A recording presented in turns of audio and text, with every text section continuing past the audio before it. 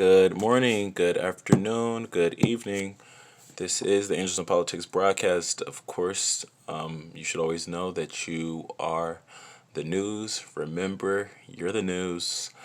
And tomorrow and the day after that, you will continue to be the news. So make sure you provide us with some exciting material, constructive material, helpful material, and even if it's not helpful, like we still want to see it because that's our life and that's honest and that's genuine and it's not always daisies, rainbows, unicorns, and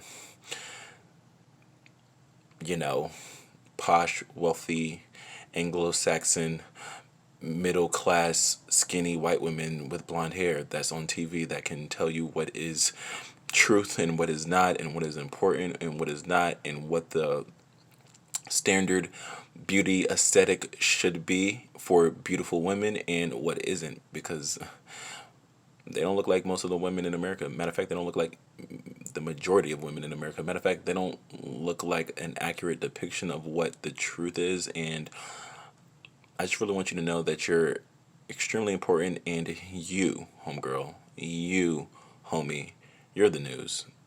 The news is all about you. Okay, so of course, you know I'm the creative and artistic manifestation, the white collar goon, but I actually have a legend here today. Homie, the divine masculine has flown in, and he is here to give us a message. Brother, all might, how are you? Oh, I am doing quite well, guys. I am doing quite well. As you can see, I am blessed and highly favored. And at this moment, as you can see, I'm in my garments and I am the archetypal superhero because I have manifested my life and I have achieved my goals, my aspirations, because I figured out what my goals were, what my values were, and what my culture was, you know. And culture is simply whatever you do, whatever it is that you do at the time. And I just continue to like be about my shit, you know. And I realize with your program, Political Connections, it's not just simply what you know or who you know. It is the synthesis of both, continuing to learn new things, develop yourself, cultivate yourself, enhance yourself, upgrade yourself, and on top of that, getting out of your comfort zone, meeting new people, testing yourself, evaluating yourself, asking questions, associating yourself with creatives, intellectuals, you know, people who stimulate you, people who push you, people who challenge you, people who are better or different or just think differently and operate differently than you. That expands your creativity. That's your greatest asset, is your creativity. Your greatest asset is your creativity with a synthesis of due diligence. We talk about the spiritual markets. Thank you for telling me or putting me on to the angel markets. But I think we talk a lot about altruism, benevolence, and scaling caring, scaling compassion, scaling creativity. But when we get to the D's, like, a lot of people don't realize it's about determination. It's about your due diligence. If you don't really focus on the due diligence, oh my gosh, then you won't achieve where I am. You won't be able to float in the air like I am. You won't have this fucking cape. And do you see this outfit? We do see your outfit, brother. You are actually looking really sharp. And based on your torso and abdomen, you have been hitting the gym. Actually, it's not the gym. I do this outside. I do this whilst I wake up. I do this when I sleep. This is the yoga. Okay, this is the hot water. Okay, this is the black seed oil. This is the ashwagandha. This is the spirulina. This is the apple cider vinegar with the hot water, with the probiotics, with hundreds upon hundreds upon hundreds of push-ups, pull-ups, ab cycles every single day. This is not in the gym, but I do go sometimes. Okay, thank you, brother. I'm glad we do have the archetypal superhero here, and he can provide us with such enlightenment, or he infuses enlightenment in such a particular way, in such a concise way. Sometimes it is quite elaborate, but I want to say something to you, brother. Like, I've been listening to some of our guests, some of our political families, some of our political connections, of course, and I guess they brought something to my attention. They want to know, how did you go about achieving your goals? How did you go about your self-actualization process? Meaning, was it difficult for you to become self-actualized and to start that process of ascension because of your friends, because of your family, because of your sphere of influence? Were there individuals who kind of were taken aback and actually they were perturbed? Actually, they were standoffish. Maybe they even talked bad about you, talked down to you. Matter of fact, they were like actually clowning you, homie. Did people ever clown you because you wanted to be a hero? Did people ever have a lot to say because you are in a bright red and yellow, blue suit with a cape, with these assortments of accoutrements that are assembled in such a particular manner? Do you feel that you kind of were so polarizing that you cause so much attention to yourself? And I feel like in the biggest issue with most people when it comes to achieving greatness is that they don't want to stand out. They don't want to be criticized. They don't want to be embarrassed. So can you speak to that, brother? Well, yes, I can. Well, honestly, Gabe, like, I believe that. Well, thank you, White Collar Goon. I honestly believe that in order for you to be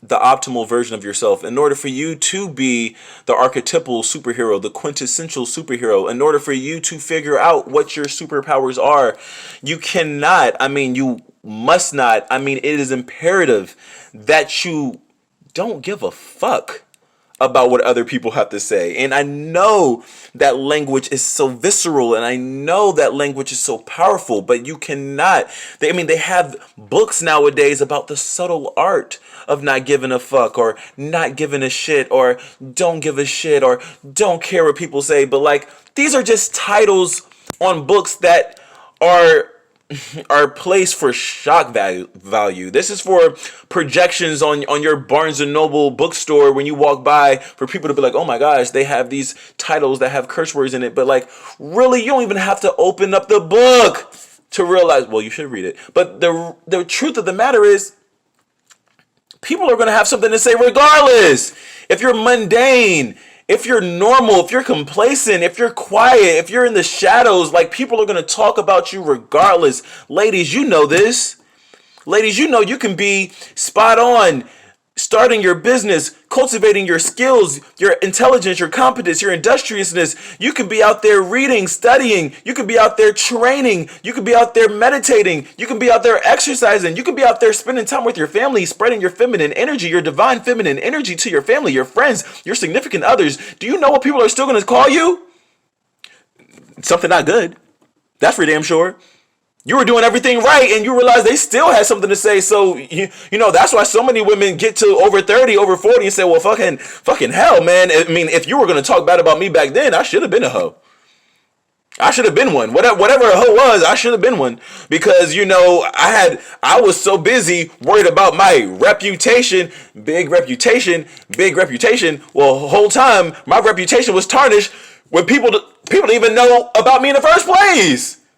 People were talking about my reputation and they don't even know me. So I wish I would have just ascended. I wish I would have figured out who I was. I wish I would have not given a fuck about my sphere of influence, because you know what? You know who really talks bad about you? It's not the rando. It's not the random person. It's not the person that you don't know. It's not the 99.99 and all the nines in the world percent of the globe who doesn't know who I am. The people who are calling you out your name is probably going to be your immediate circle. That, i.e. your brother, i.e. your father, i.e. your sister, i.e. your best friends, and i.e. the people that you see in your classroom. Those are the ones calling you out. Are they that important? I hope you love your family, but if they're going to call you out of your name, then, hey, you need to rise up.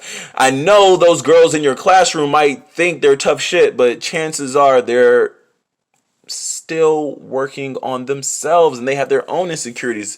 And I know those guys are going to say things about you, but listen, we already discussed these guys, man, they're not the men that you want to emulate. These aren't the guys who ascend to become the superheroes. These guys have their egos. They have their egos and their pride that's holding them back. It's limiting them from rising up. Gabe Hamilton, white collar goon, tell us your story. Okay, boom. You know, I've noticed this, and it's kind of like your story, All Might. I'm glad that you brought this up. Like, I noticed this when I was, well, in various stages of my life. I understood that I had a outgoing, to say the least, personality, but I didn't think that was too weird. I didn't think it was unusual. I didn't think it was something that stood out as much. I've always had a lot to say. I've always been heavily opinionated. I understood that within the school system growing up, I did fairly well in all subject or in all of the subject matters, so to speak. But as I matured into middle school or junior high and high school, I noticed that, or even in fifth grade, I noticed that I had more of a propensity to, much more of a propensity to enjoy writing and creativity and reading and artistry and expression more so than science and mathematics and logistics. So I guess I kind of leaned more on the right brain or the right side of the brain for my skills because I was and still am very, very, very, I don't know if I would say effective, but very much a communicator, to say the least, and so I kind of could see, okay, I like to talk, I like to socialize, and I gain a lot from socializing. I mean, I meet people and I want to learn about them, and I'm curious and I'm intrigued by it. And this is just who I've been.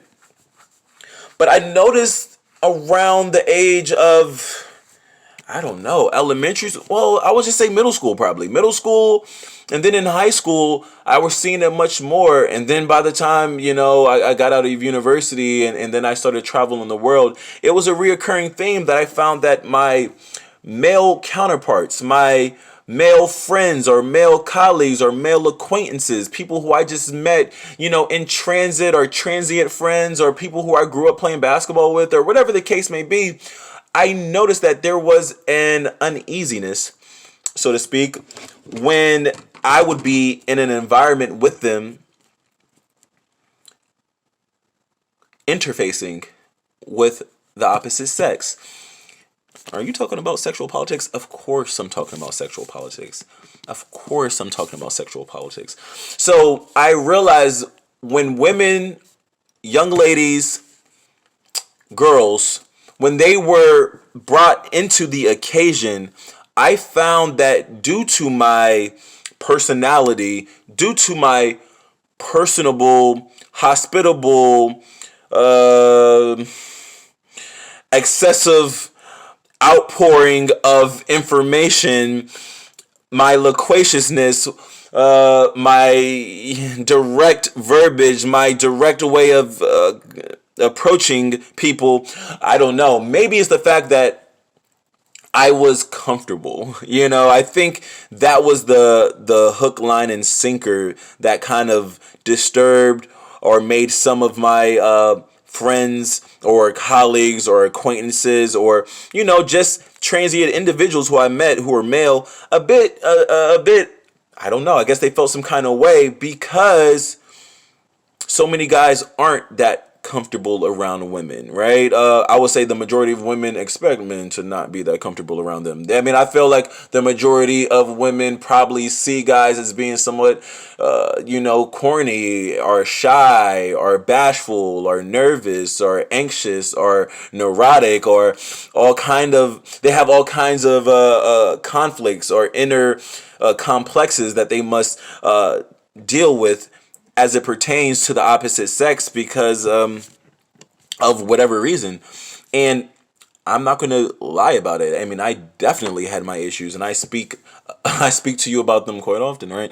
Of course, there were so many shortcomings that I had growing up when it was, pertaining to cold approaches or meeting or talking to women who weren't in my class or talking to young ladies who weren't in my team or in my class, But for the most part,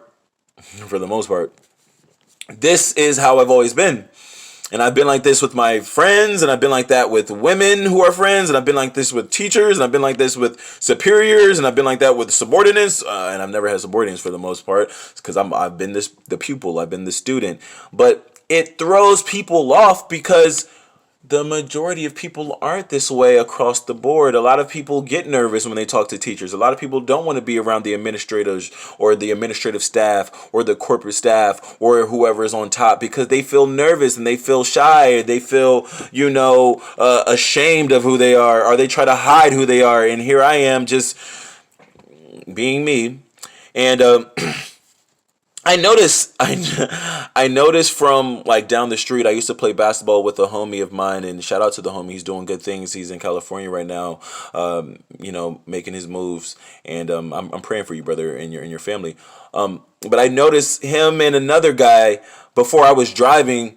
They would allow me to ride with them in the car to basketball practice. And they were cool guys. And they were nice for allowing me to hitch a ride with them. I mean, we lived down the street, but they were, he was big into like gas money and talked to me about gas money, which is fair. But I felt like deep down, me asking for a ride or me being in that backseat, it really affected him, right? It really bothered him. But it wasn't the fact that it was me. It was the fact, well, maybe it was me, but I think it was more so the personality, that fucked with them. And I remember distinctly there was a time whereby we were in front of like Dairy Queen, and there were two young ladies, very beautiful sisters from our school, and they were out there, and I don't know, I didn't notice it until like now. Well, I noticed it back then, but now it makes more sense. I would presume those guys thought they were pretty, and they were very pretty.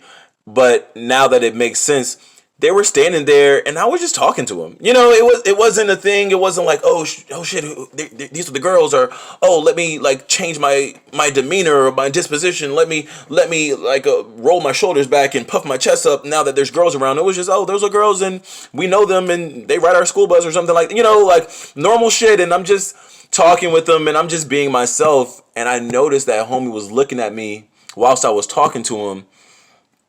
And he came over there, or he was standing there the whole time. But the way I interfaced with these women, maybe they were laughing, maybe they, were respecting whatever the conversation was. There was a mutual respect that was established through this conversation.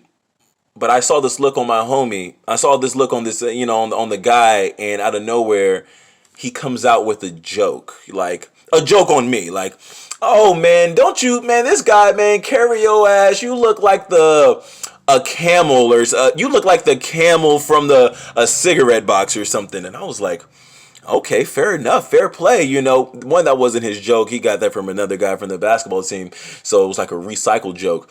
But it wasn't the fact that it wasn't the joke that was one of those stingers. It was one of those things where it's like, what made you bring that up at this exact moment? You know what I'm saying? It was like, why? Not only why, but we know why. But what are the reasons why guys will choose to joke joke or make jokes or tend to say some things to bring a person down? Not in confidence, not whenever it's just the boys, not when it's just the fellas, not in the locker room, not when we're in the car, but when the girls were around. It was almost like it was in his back pocket.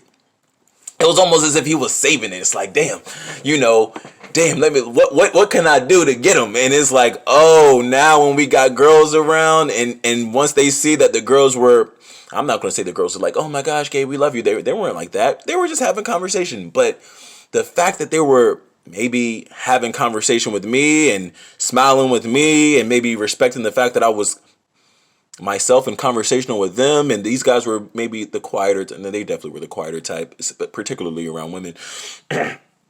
Maybe they were intimidated. Perhaps they were intimidated. Perhaps they felt uncomfortable. And then that's when you pull out the joke. Like you save the joke because it's like that is their way of bringing you down to earth, or maybe that's the way of bringing your confidence down, or that's the way of maybe building their confidence up to match what you have. So it's like, let me say a little something just to throw you off. This wasn't just a one thing. Like, maybe I was 15 at the time, and I felt this.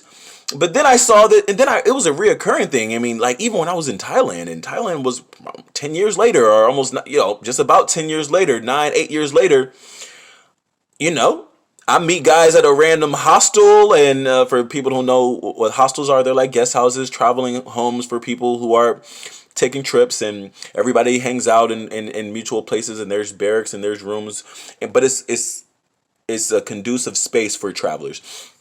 So you meet people and you go out and you have food and you have drinks, and I met some cool guys from England, some really cool guys who were traveling, and I'm talking, it was fine, and we're joking, and I mean we had conversation and we had good times all throughout the day, and it was no issue. But we go to a nice little club or a nice little a bar, and there's Thai women there, and they're talking to us, and this lady's smiling at me, and she's talking with me, and all of a sudden the guy who had nothing but good things to say the whole time we spoke before, whenever it was just the guys hanging out, but here in this club, here in this bar, whenever the Thai women came around and they were speaking with us, now he's like, oh, meet my friend from Africa, that's our African friend. And I was like, so I'm from Africa now, or that's the joke now? Like, because I was the black guy. I was the only black guy. But that was his way, and I understand. It was a reoccurring thing. It's like, I never heard African jokes from you before, brother. Like, like, did you hold on to this? Is this something that you were, like, keeping in the pocket? That was something that you were keeping in the holster, ready to shoot off? But it's like, why do guys do this? Why do guys wait? Like, why did they wait for the women to come around? Why was it when I was in? Why was I in an island? This is probably in Thailand too, with another set of guys. A guy who I worked with. The guys who I mean, we were friends, and we still are friends, of course. But I was like, why did he wait for me to bring him? Like, there were literally two fit young ladies from, I don't know where they were from. For fuck's sake, they could have been from Stoke, or they could have been from Sheffield, or they could have been from somewhere in England, in which he was from England. So I see these two girls sitting at the bar. I come up there, talk to them, chat them up, invite my homie. Like, literally, meet my friend. Come on over. It's two of them. It's me and you here. Let's go and have a conversation. I've already broken the fucking ice. What's up? And what does my friend do when he comes around? Instead of saying, hey ladies, how's it going? My name is blase, blase, blah. He's nervous. He doesn't know what to say. So he comes in and says, oh, you know my friend. Oh, so how do you feel about his bald head? And what about his receding hair? And I was looking like, really, Joe? Like, really, man? Like, I've never, like, it's not even about, I am bald, and I am bald, and I do have receding bald spots. But the fact of the matter was, I never heard that from him before. Like, we have been living in the same apartment complex, working together for months. And I never heard him mention it. If you would have cracked the joke when it's us and our people, then I'm like, I'm fucking with it. I'm 100% with it. But not, this is 3 times. These are just 3 occasions. But I've noticed it's a multiple thing. It's a multiple occurrence. It's like it's occurred on multiple fronts. And I'm like, why do guys do it? And it's just about what you said. It's like people, particularly guys, they're insecure, especially whenever they're around somebody or around individuals who are able to interface, particularly with women. I mean, guys already have insecurities, but they are pronounced. They are emphasized. They are heightened. They are emboldened once women come around, because I guess they must flex their chests, or like a peacock, show their feathers. And if they see somebody with brighter feathers, or if they see somebody who has a broader chest, or if they see somebody who is more comfortable around women, and somebody who's not nervous, it's like, let me chop this motherfucker down so I can be prominent, so I can feel some kind of way. And I guess it is a personality thing that I've had to work on, not like beating myself, but I realized like me being this way fucks with people. Fucks with people who have insecurities. And when you are trying to achieve greatness, you can't give a fuck about these things, guys. When you are trying to be the best version of yourself, you can't give a fuck about like guys doing these things, because they're going to do it regardless. I mean, and now like looking back on it, this is a form of flattery, of course. Now, I mean, anybody who's like understanding who the archetypal heroes are, cultivating your spiritual gifts, me being an expressionist, me being a talker, me being this kind of person is who I was when I was in the first grade. And I mean, there's no way I can hold this back. And now that I am 30, like there are people like, Gabe, like, your personality is fine. You just got to work on, compassion, empathy, sympathy, being gentle, understanding, listening more, listening. But truth be told, I was just being myself, and that's not a bad thing. Goon. Collar Goon.